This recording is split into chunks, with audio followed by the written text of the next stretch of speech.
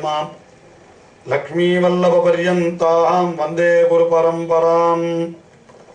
ஆழ்வார்கள் வாழி அருளிச் செயல் வாழி தாழ்வாதுமில் குறவர்தாம் வாழி ஏகழ்வாறுமொய் அவர்கள் உரைத்தவர்கள்தாம் வாழி செய்யமறை தன்னுடனே சேர்ந்து. கண்ணபிரான் திருவாய்ப்பாடியிலே ஆட்சியர்களுடைய இல்லத்திற்கெல்லாம் சென்று அங்கே வெண்ணெயை உண்பது, வெண்ணெய் வைத்திருந்த பாத்திரத்தை உடைத்து விடுவது என்று இப்படி பல பல தீம்புகளை எல்லாம் செய்தான். ஒரு இல்லத்திற்கு சென்றான். அங்கே காய்ச்சுவதற்காக வைத்திருந்த பாலை அப்படியே சாய்த்து பருகி விட்டானாம். அப்படி ஒரு கோபிகை சொல்லுகிறாள். மற்றொரு கோபிகை சொன்னாள். என்ன சொன்னாள்? நோன்புக்காக வைத்திருந்த அந்த கண்ணல், அதாவது சென்னல் அரிசியாலே சமைக்கப்பட்ட அந்த பதார்த்தம், இவற்றையெல்லாம் உண்டு விட்டான் என்று இப்படியெல்லாம் ஒவ்வொருத்தையும் ஒரு புகாரை செய்து கொண்டே வருகிறாள். ஒவ்வொரு புகார் சொல்லுகிற பொழுதும் யசோதை என்ன செய்கிறாள்? கண்ணனை வந்துவிடு வந்துவிடு என்று அழைக்கிறாள். ஆனால் இவர்கள் புகார் சொன்னதற்கு சேர அவள் யசோதை கண்ணபிரானை சற்று கடிந்து கொண்டு அழைக்க வேண்டாமோ? அப்படி கடிந்து கொண்டு அழைக்கவில்லையாம். பின் எப்படி அழைக்கிறாள் என்றால், மிகவும் அன்போடு அவனை தோத்திரம் செய்து, கண்ணா நீ இங்கே வந்துவிடு வந்துவிடு என்றுதான் அவள் அழைக்கிறாளாம். அப்படி அழைக்கின்ற அந்த பாசுரத்திலே இப்பொழுது நாம் அந்த பெரியாழ்வார் திருமொழி 2ஆம் பத்து 9ஆம் திருமொழியிலே 8வது பாசுரம், அதை நாம் இப்பொழுது அனுபவிப்போம். இந்த பாசுரத்திலேயும் யசோதை கண்ணனை மிகவும் அன்போடு அழைக்கிறாள்.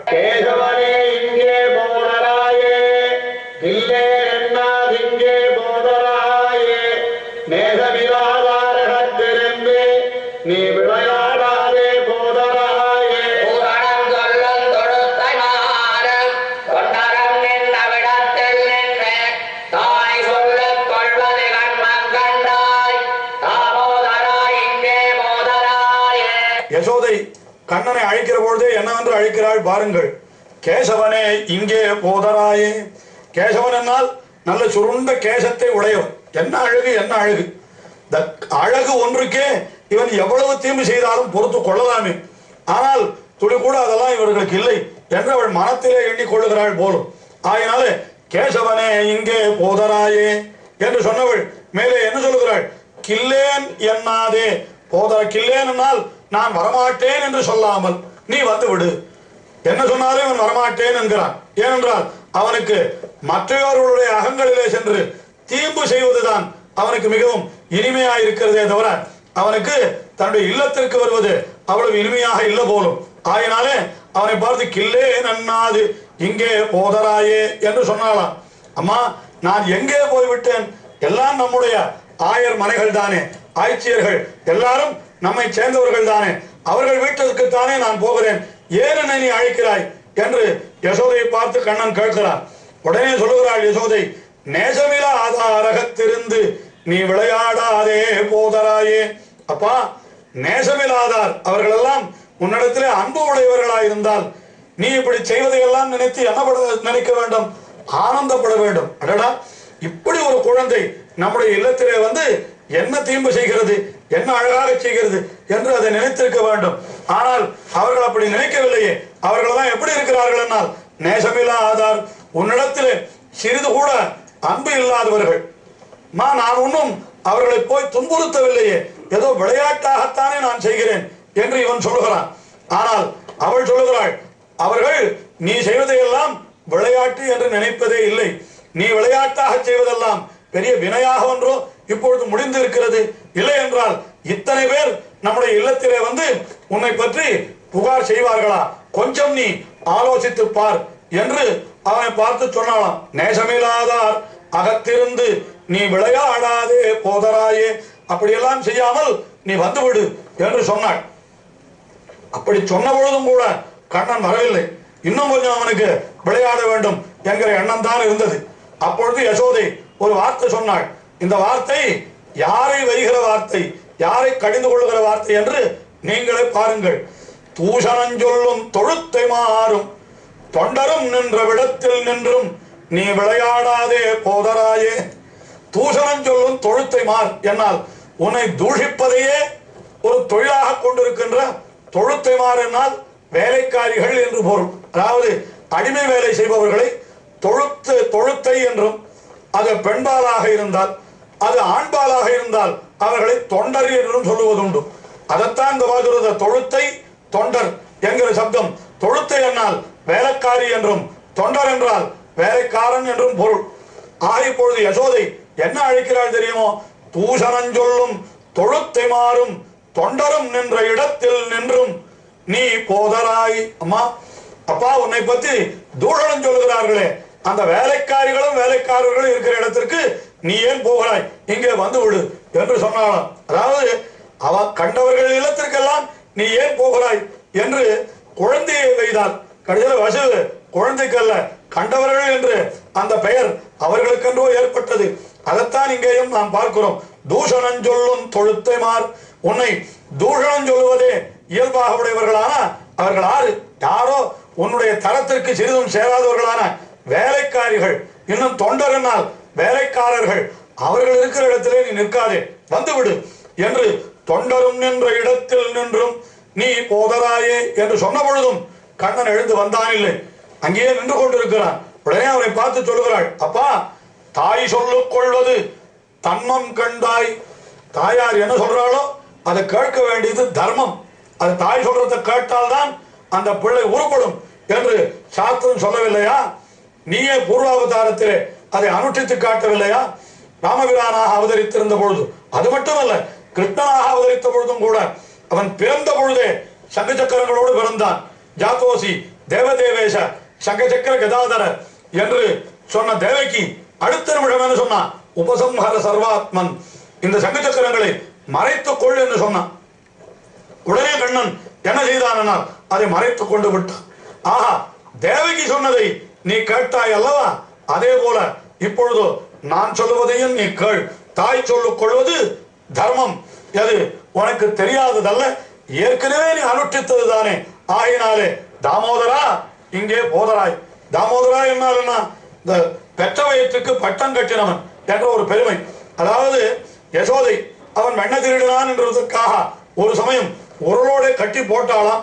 கட்டி போட்ட பொழுது அந்த கயிற்றினுடைய தழும்பு அந்த வயிற்றிலேயே பதிந்து விட்டதான். உடனே கண்ணன் அந்த தழும்போடையே திகழ்ந்தான். எதனாலே? தான் தாயார் சொன்னதை கேட்பவன் என்று உலகுக்கெல்லாம் அறிவிக்க வேண்டும் என்பதற்காக அவன் அப்படி கிடந்தான் என்று சொல்லப்பட்டிருக்கிறது. ஆஹா, தாமோதரன் என்று உனக்கு பெயர் ஏற்பட்டதற்கு என்ன காரணம்? நீ தாய் சொல்லு கேட்பவன் என்பதுதானே. அதை இப்பொழுது நீ நிரூபிக்க வேண்டாமா? ஆகையினாலே இப்பொழுது தாயான நான் சொல்லுகிறேன், தாமோதரா இங்கே போதராய், வந்துவிடு, நம்முடைய இல்லத்திற்கு வந்துவிடு என்று அவனை அழைத்தாளாம். அழைத்தால் வந்து விட்டானா? அவன் வருவதற்குள்ளே அடுத்த கோபிகை இன்னொரு புகாரை சொல்லுகிறாள். அந்த என்ன புகார் என்னால், என்னுடைய இல்லத்திலே நான் எத்தனை பக்ஷணங்கள் வைத்திருந்தேன், எல்லாவற்றையும் கண்ணன் தின்று விட்டான் என்று மற்றொரு கோபிகை சொல்லுகிறாள். அது அடுத்த பாசுரம்.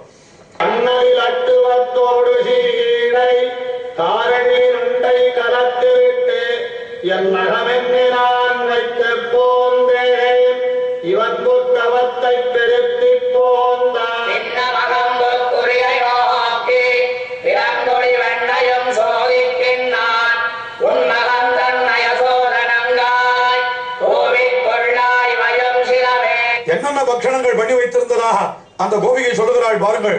கண்ணல் என்னால் கருப்பஞ்சாறு, அதற்கு மேல இலட்டுவம் என்ன? இலட்டுவம் என்னால் நமக்கு தெரிந்ததுதான், இந்த லட்டு என்று சொல்லுகிறோமே, இனிப்பான பண்டம், அதுதான் கண்ணல் இலட்டுவத்தோடு. அதற்கு மேல காரில் இருண்டை, கருப்பு எள்ளாலே செய்யப்பட்ட எள்ளுருண்டை, மிகவும் இனிமையான ஒரு பக்ஷணமாம். அதுவும் கண்ணனுக்கு மிகவும் பிடித்த பக்ஷணம் அது. அதெல்லாம் கண்ணல் இலட்டுவத்தோடு சீடை என்னால், அதுவும் கண்ணபிரானுடைய ஸ்ரீஜெயந்தி வருகின்ற பொழுது பெரும்பாலானவருடைய இல்லங்களிலே இந்த சீடை என்கிற ஒரு பக்ஷணம் எல்லாராலும் செய்யப்படுகிறது. அதெல்லாம் பகவானுக்கு நிவேதனம் செய்வதற்காக செய்யப்படுகிறது. கண்ணனுக்கு இது அத்தனை ரொம்ப பிடிக்கும். என்ன பண்ணினா? இலட்டுவம், காரளின் உண்டை, சீடை இவற்றையெல்லாம் தயார் பண்ணினாள். பண்ணிவிட்டு என்ன பண்ணினாள்? என்னகம் என்று நான் வைத்து போந்தேன், நம்முடைய இல்லம் தானே, யார் வந்து விட போகிறார்கள் என்று நான் கொஞ்சம் அசட்டையா இருந்து விட்டேன். அதுக்கு காவல் வச்சிருக்கணும், ரொம்ப ஜாக்கிரதையா வச்சிருக்கணும். நான் அப்ப கண்ணனை மறந்துவிட்டேன், நம்பான் தானே, இதுல யார் வரப்போறான் அப்படின்னு நினைத்து கொண்டு என்னகம் என்று நான் வைத்து போந்தேன். ஆனால் என்ன பண்ணினான்? கண்ணன் வந்தான், வந்து எல்லாவற்றையும் உண்டு விட்டான் என்கிறாள். பின்னும் அவன் இவன் புக்கு அவத்தை பெருத்தி போந்தான். இவன் உள்ளே வந்தான், அவன் எல்லாவற்றையும் தானே பெற்றுக் கொண்டு விட்டான். பெருத்தி போந்தான்றதுக்கு 2-3 அர்த்தம் காட்டுறார். எல்லாவற்றையும் தானே பெற்று விட்டான். அட இத்தனையும் சாப்பிட்டான், அத்தோடையாவது விட்டு கூடாதா? பின்னும் அகம்பூக்கு உரியை நோக்கி மேல உரி மேல போய் அதை இருக்கிற பாத்திரத்திலையும் வெண்ணெய் இருக்கிறதா என்று அப்படியே துழாவி பார்க்கிறானாம். பின்னும் அகம்புக்கு உரியை நோக்கி பிறங்கொழி வெண்ணையும் சோதிக்கின்றான். இத்தனை பக்ஷங்களை சாப்பிட்டானே, அதனால அவனுக்கு திருப்தி உண்டாயிருக்க வேண்டும். அந்த திருப்தியோடு அவன் போகக்கூடாதோ? இல்லை இல்லை, இன்னும் உண்டா இன்னும் உண்டா என்று எத்தனை இட்டாலும் நிறையாத வயிறு அவனுடைய வயிறு. ஆயினாலே வயிற்றோடு ஆற்றா மகன் என்கிறார் பேயாழ்வார். அப்படிப்பட்ட எம்பெருமான் என்ன பண்ணினான்? அகம்புக்கு உரியை நோக்கி வெண்ணெய் இருக்கிறதா என்று இவன் சோதிக்கின்றான். ஆகினாலே உன் மகன் தன்னை அசோதனங்காய் கூவிக்கொள்ளாய். உன்னுடைய மகனை தயவு செய்து நான் உன்னை வேண்டி கேட்டுக்கொள்கிறேன். உன்னுடைய மகனை உன்னுடைய இல்லத்திற்குள்ளேயே நீ அழைத்து கொண்டு சென்று விடு. இவையும் சிலவே என்ன, இவையும் சிலவேனா, இதுவும் ஒரு காரியமோ, இப்படியும் ஒரு பிள்ளையை வளர்க்கலாமா என்றும் கூட பொருள் கொள்ளலாம். நீ எப்படி வளர்க்க வேண்டும் உன்னுடைய பிள்ளையை? வெளியிலே சென்றாலும் கூட எந்த தீம்பும் செய்யாதபடிக்கு அவனை நீ வளர்க்க வேண்டாமோ? இப்படியும் ஒரு பிள்ளையை வளர்ப்பாளோ என்று உனக்குத்தான் கெட்டவையில் ஏற்படுகிறது. ஆகினாலே தயவு செய்து உன்னுடைய பிள்ளையை நீ உன்னுடைய அகத்திலேயே நீ கூவிக்கொண்டு விடு என்று இப்படி புகார் சொன்னாலாம். உடனே யசோதை என்ன பண்ணுவள் பாவம், அந்த கண்ணனை மறுபடியும் இங்கே வந்துவிடு வந்துவிடு என்று அழைக்கிறாள். அந்த அழைப்பு தொடர்கிறது. அதை அடுத்த நிகழ்ச்சியிலே பார்ப்போம்.